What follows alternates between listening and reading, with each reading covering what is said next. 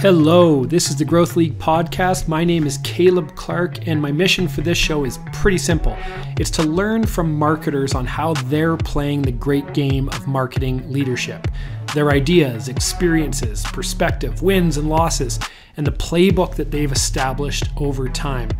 Listen, there's more than one way to lead a marketing team and a marketing function. So if you're a VP, a CMO, director, or someone aspiring to fill one of these marketing leadership roles in the future, tune in to learn from some of the best in the business. What our product is as marketers, right? Not only how to market it. We need to understand who our audiences are, of course, but what audiences and what markets are we not in that we could be playing in, right? These more strategic, high-level marketing functions, I find could be really misunderstood about the quote-unquote marketing department. Welcome. My guest today is Michael Pietrocarlo, the head of marketing at BorderPass. I appreciate you being here, man. Thank you, Caleb, and thanks for having me on the podcast. Really appreciate it. You bet.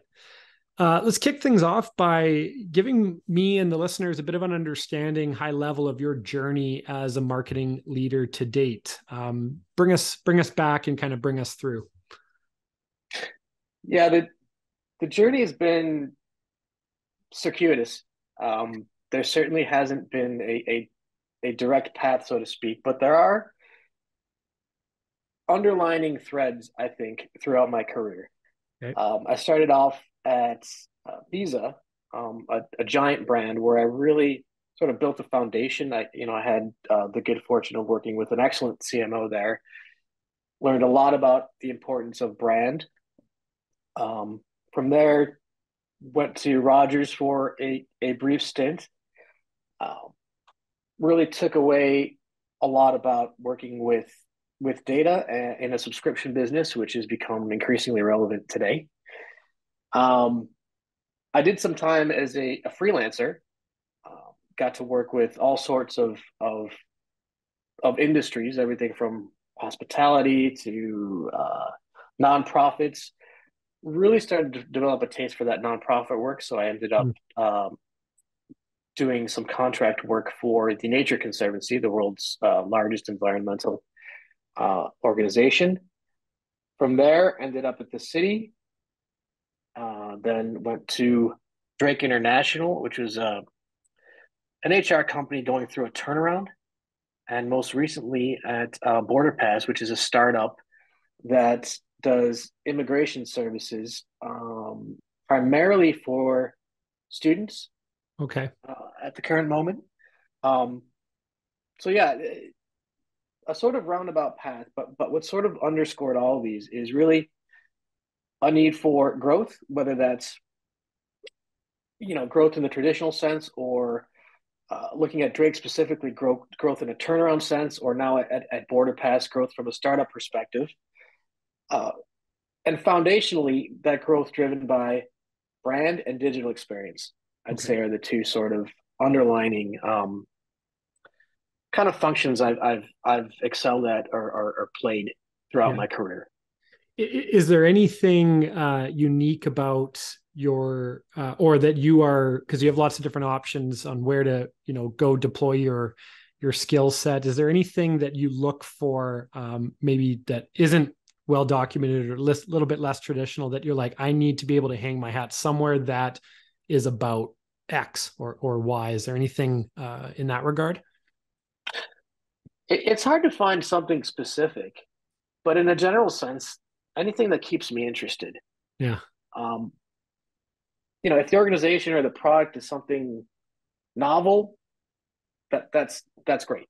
If the organization is facing really specific challenges, that's also interesting. Very rarely have I stepped into a role that's just maintaining the status quo. Right. And I think that really says something about my trajectory. I like a challenge. Yeah. Maybe when I get closer to retirement, you can look back. Nice. Yeah. Well, there's a long way until that, I imagine. So we're not. Yeah, most likely.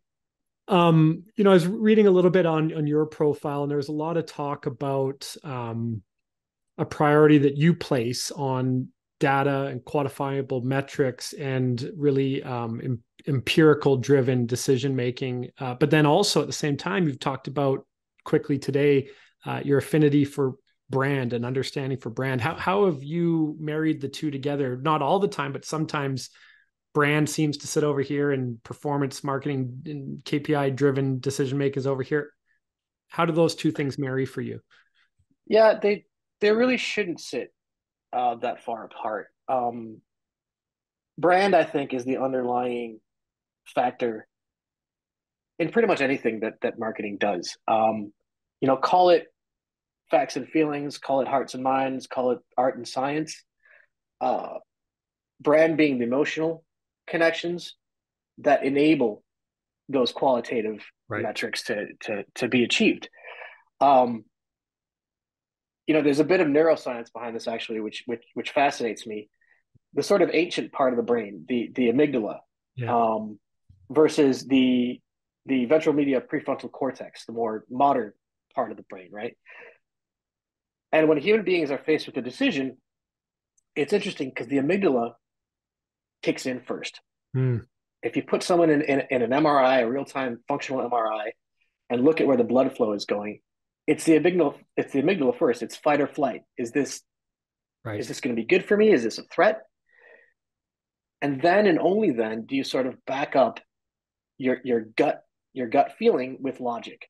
Right. So as a brand, if you're not coming in there with that emotion, if you're not appealing to that amygdala, you're not going to have a chance to then speak to the prefrontal cortex and say, these are the facts. You've Right. got to get that emotion first.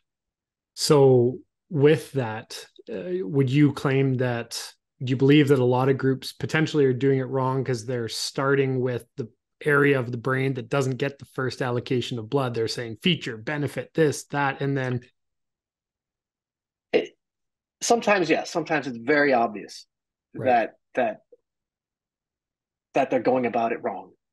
But the caveat there is it depends on the life cycle of the organization you're in. right, For example, in a startup, you don't necessarily want to put a lot of effort and money and resources in developing a brand.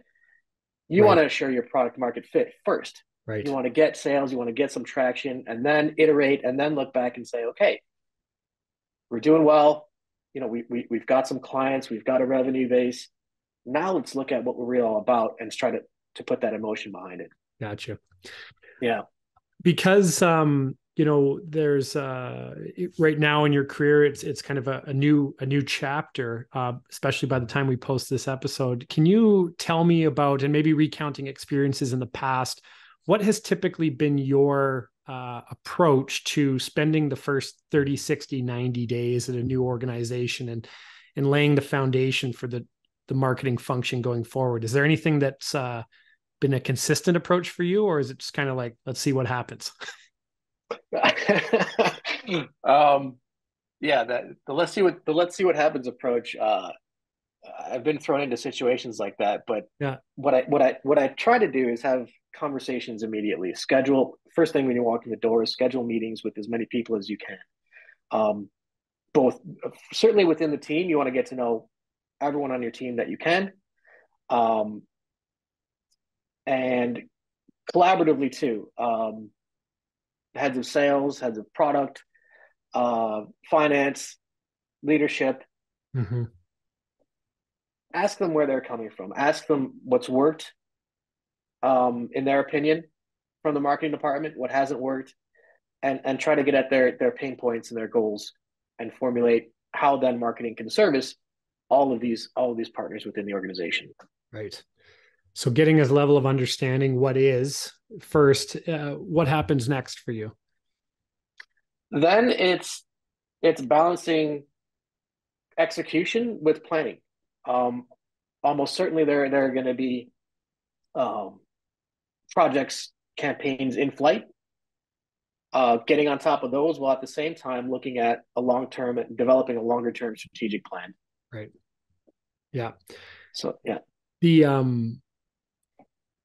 what I'm curious about as a follow up to that is there anything that you would be comfortable enough to share represents kind of the hardest part for you personally in playing the game, if it can be compared to the game of marketing leadership? What's the area that's always caused a little bit of challenge for you that you would be willing to admit? Without trying to offend anybody, I'm often surprised at the level of misunderstanding from a senior leadership perspective about what marketing actually does. Okay.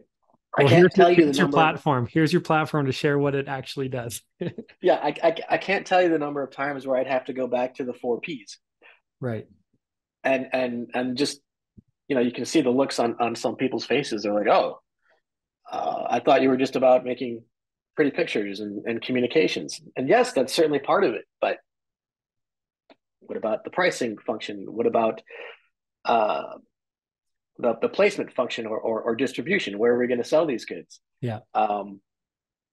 So yeah, that can sometimes be an eye opener. So you want to go full speed ahead, but you find it challenging to come back a little bit and say, okay, well, we need to obviously educate here a little bit before we can go forward.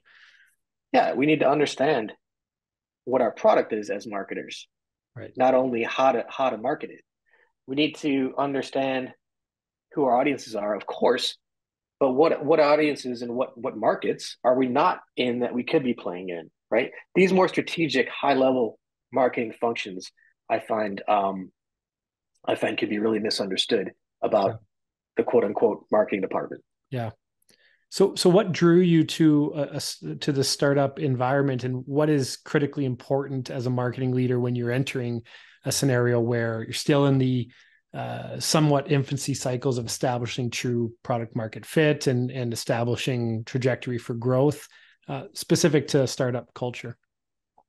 Yeah, I think probably the biggest attraction to the startup space is the pace and the excitement and the risk of failure slash reward of success. Um, BorderPass in particular, I think, has a really novel approach to a traditional business model. Probably the biggest change is coming from more of a leadership position, having a large team to rely on. Right. Now I find myself getting my hands a lot dirtier than you would, which I think is a good thing. One, it keeps you fresh, it keeps you on top of things, um, and two, it keeps you very very busy and closer to the product itself. So I like sort of having to wear a bunch of different hats. Okay. Why do you That like that that? A lot of people hate that. no, I think it's just that reward that comes from learning. That's one of the things that's always motivated me, and I do enjoy that. Here's a piece of new technology, for example, that I've never used before. You've Mhm. got a week to come up to get up to speed on it, and yeah, become an expert. Yeah. I like those kinds of challenges. Yeah. What's when you mentioned coming into a new scenario where the team may not be maybe a bit more lean, do you have experience, what's your planned approach on fostering not only like the development of the function on a marketing side, but also what role do you believe you're going to be playing as a leader of people? The function, I would say, comes from the overall strategic growth plan of the organization. Um, who's going to be the next hire is very very. This may sound obvious, but um, do you want a generalist? Do you want someone who's very uh, skilled in one certain discipline of marketing, for example? That's going to depend very closely on where you see your growth opportunities. Um, and how I would become a leader, so to speak, is I have a chance now to build a team from scratch, which is a really good position to be in, because then I can I can sort of make sure that the right skill sets are there, that there's not a whole lot of overlap, and most importantly that the right attitude and the right cultural fit is there. Yeah. So I think it's a good opportunity. When you say cultural fit, what is that? What is your preference for cultural fit, or what does that look like to you? Um, I think it comes to having a curious mindset. It comes down to being adaptable.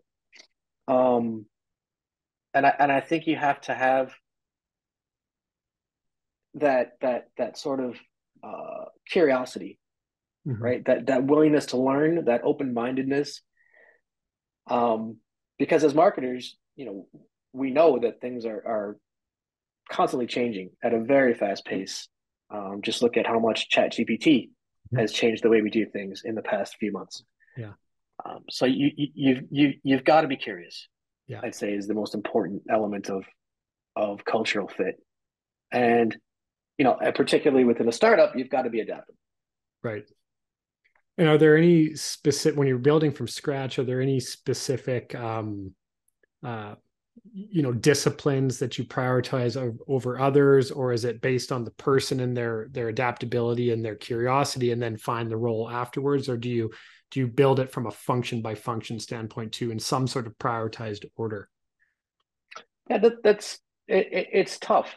Ideally, you build it from function, but if you have someone that Mm, has the right qualities, it, it's it's good to be able to sort of carve out a role for them yeah. if they have that adaptability.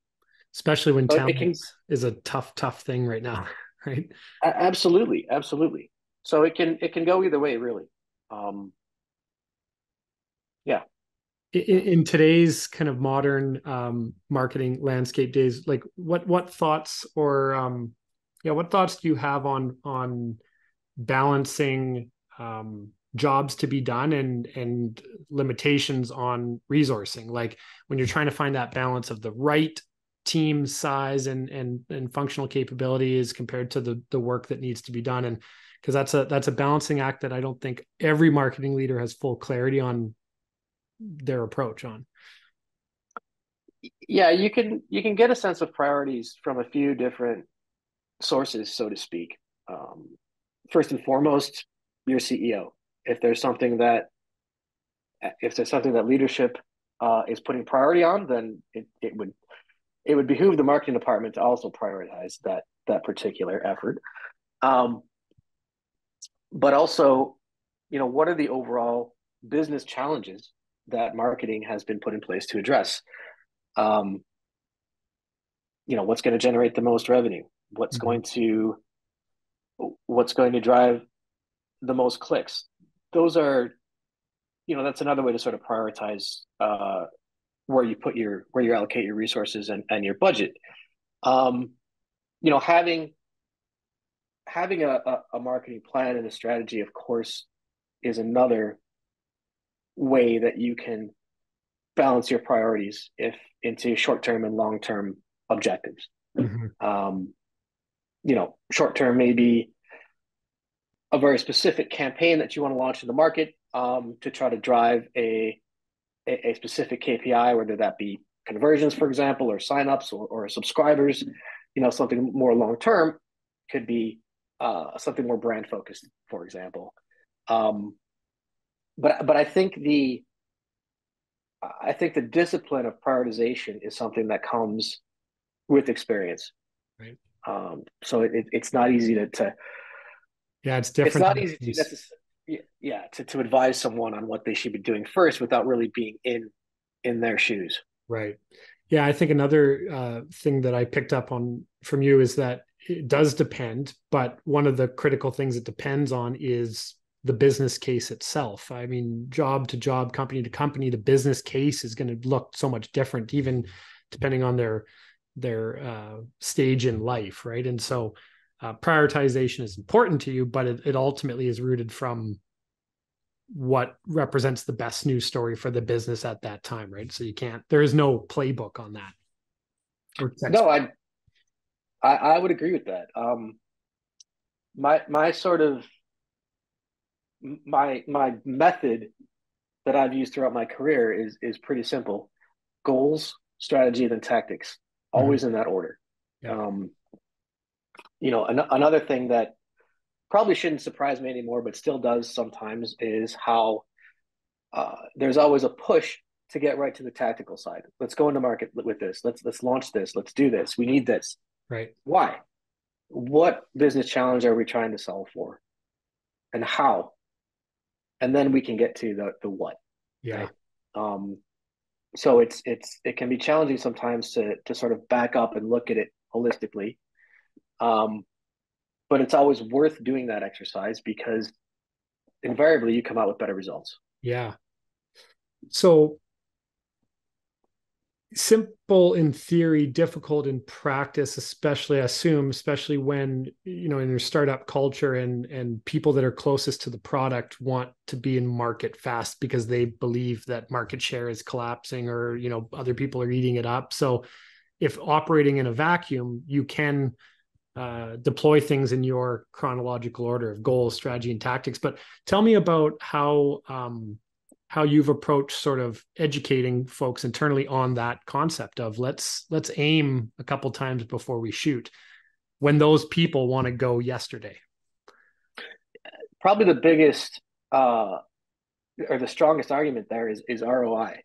By putting the time into strategy, first of all, clearly defining that goal, then developing the sort of overall how you're going to get there, putting that time and effort in means that your money's not going to, your money, your resources, your budget, your time isn't going to be wasted with the trial and error Right. approach. Yeah. Right. So that in my experience has been the strongest argument. You're going to get bigger bang for your buck. Your Yeah. resources are going to be better utilized, and you're going to be less surprised by the results. Right. Yeah. Bring it back to money, which is ultimately what they care about. Right. So here's a simple one for you. Well, maybe not simple, but why do you like marketing? Why do you like this craft? Why have you decided to spend your hours outside of your family on this and not something else? What is it for you? It's this is the practice of marketing is something that I was interested in for a very long time. One, because it does have a lot of creative elements to it. It's nice to be able to work with some very clever designers and writers and strategists and see your work in public. The other side of it is the more quantitative side, the data, the analytics. Part of me likes the number crunching too, but I think overall what I like about marketing is how it touches just about every aspect of the business: strategy, product, customers, competitors. It really, in my mind, it really does sit at the center of an organization's success. Right. And I agree with you. I believe so. Why is it that marketing oftentimes is a bit siloed and isolated in functions? And what is that? Yeah, The problem does that create?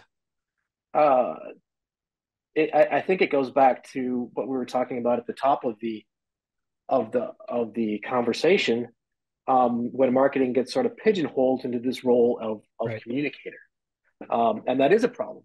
And but good leaders recognize that marketing is a central function of the organization. So, um, in those cases, I would have to question Hmm. sort of the overall Leadership. capabilities and strategy of the leadership, and wonder, is this the place that I want to be as a marketer? Right. I think those are important questions you have to ask yourself if you see that type of siloing happening. Right. You talked about sort of the non-linear track you took in your marketing leadership career. Is there any core nuggets that you took from places like the Nature Conservancy, Conservancy and City of Toronto, and even recently with the Drake that have over time become a part of your approach, the way one or two things that you've taken from those experiences that define how you play this game now? Yeah, the short answer is absolutely. Um, you know, being someone who's had roles at multiple organizations, I think I've been fortunate that I've been able to take something from each one of them and apply it to my approach as a marketer and as a leader. Specifically from Nature Conservancy was just the expansiveness and the breadth of the scale of that organization Mm. globally, and that sort of gave me a sense of well a strong appreciation for sustainability and purpose in what marketing does. Um, being so close to the environment. Um, the in the city of Toronto too, being a champion of inclusivity and diversity. Um, Again, two critical elements of building strong teams, and and introducing uh, many times underrepresented perspectives to what you're doing. Um, at Drake, I got an appreciation for just how difficult a turnaround can be.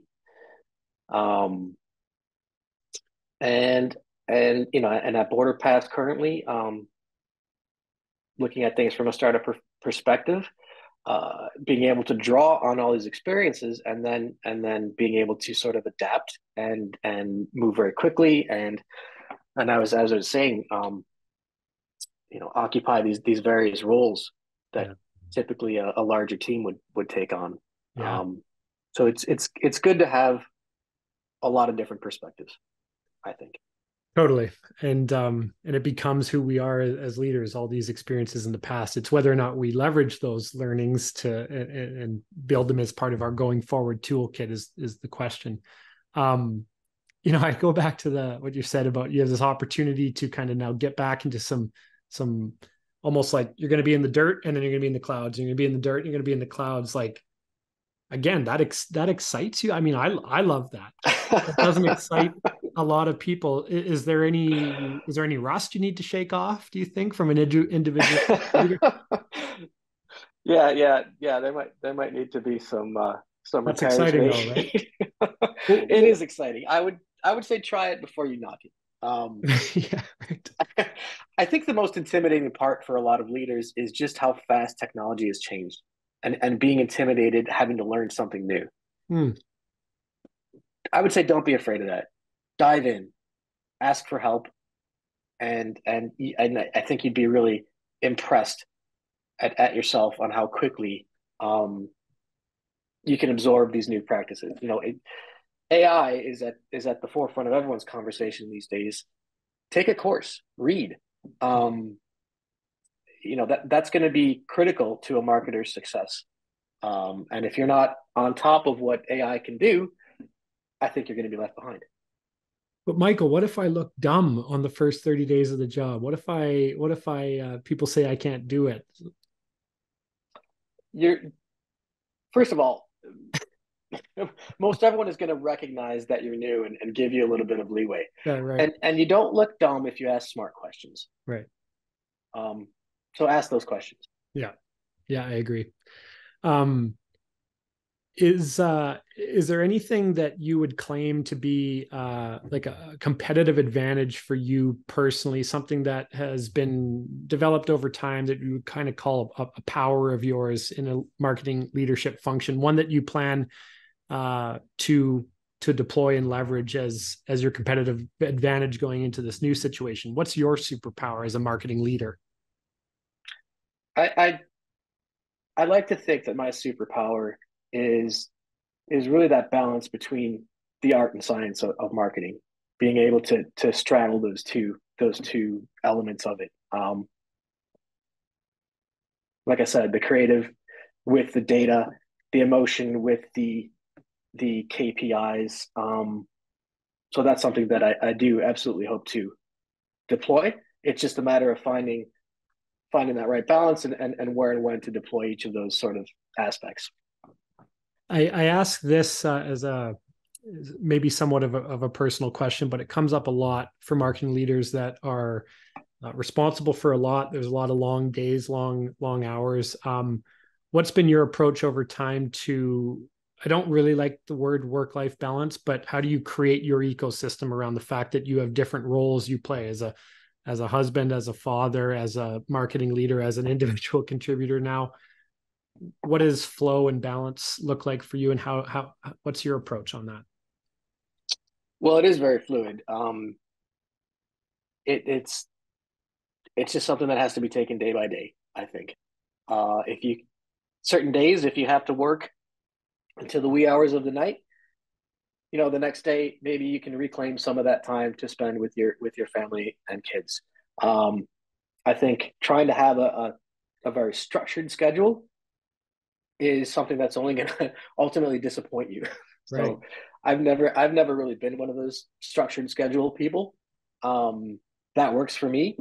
Other people might need some more a tool like a time management tool that allows them to block off certain hours of their day, and that's fine too. Uh, Whatever works for you, I would say, but definitely find that time for yourself. Don't completely immerse yourself in your job. On the other hand, don't ignore your priorities, Yeah. And you'll find success. Yeah. I couldn't agree more. Appreciate this so far. I have a couple more questions just from your perspective. So thank you. The first one is, at previous stops in your career, I don't know if you've had the opportunity to work with a combination of external marketing partners in association with your internal team, but how have you sort of developed your plan or way of creating those good, best performing marriages or most fulfilling marriages in that regard? Respect, I'd say, is first and foremost. Very early on in my career, I witnessed how not to treat an agency. Um, and so I took that away as something that I promised myself I would never ever emulate. Um, it's easy to blame and to sort of admonish your external partners, but it's a big mistake because you'll never get good work out of them if you do that. So respect is most important. I would say alignment is the next most important. That discovery process when you're onboarding a new agency, whether that be a technology partner, a creative partner, is so important. Take that time, allocate extra time to that discovery process, because the closer they are to your business, the better results you're going to get. And keep the lines of communication open. Be very honest about feedback and what you think is working, what you don't think is working. Again, I've been fortunate to have worked with global monolithic agencies and local boutique firms. There's very good work to be had across that spectrum, if that alignment, if that team is there. Yeah. Well, I love that Does that perspective. help? No, I love that Yeah. perspective, obviously, because at the end of the day, team is team, right? And if you're all going in the same direction, I don't know if being in the same four walls should be the thing that, it should be a thing at all, right? It should be, Yeah. are we going in the right direction? It's the same direction or not? And let's look at it as a full team. So I love that. My last question for you, and it might be too early, but when you kind of close your eyes and envision what potentially the future holds for BorderPass, what comes into clarity? I'm not going to hold you to it, but what kind of comes into clarity, and what role do you know for certain the marketing function must play to best be able to achieve that? Yeah. Very, very clearly at this stage, it's user growth. Um, and we're going through some very interesting exercises in how best to get there. Yeah, without going into much detail, I think it's an exciting challenge. Yeah, and right team is in place, you think? So that's Yeah, absolutely. And yeah, and we're in a growth phase right now, so it's we've got a lot of momentum. It's Yeah. pretty exciting. I have a question for you on that because I don't know. It's out of ignorance, but for growth stages in today's day for startups like this, um, my assumption is that investor priority is being placed on profitability more so now than what it used to be, which is just revenue growth at all costs. Is that true across the board, or Yeah, I would say that's true. I think investors are being a little bit more cautious than perhaps they were in the past. Um, you do see a bit of delay in going public. Companies are staying private for much longer. Um, so yeah, I think there's a bit more caution out there. I think the financials are being scrutinized a little bit more, and profitability is coming to the forefront yeah, over just getting money in the door. right? Which is why it's critically important to your point earlier, like plan it out, map it out, and then like shoot bullets and then cannonballs, right? Don't random That would exit be my marketing. recommendation. Okay. Yes. Well, hey, listen, I really appreciate you taking this time and sharing some of your playbook, some of your approach. Super valuable for a lot of marketers trying to find their way, trying to hone their craft, and I really appreciate it, Michael. No, thank you, Caleb. This has been an interesting conversation, and thanks for having me on the podcast again. You bet.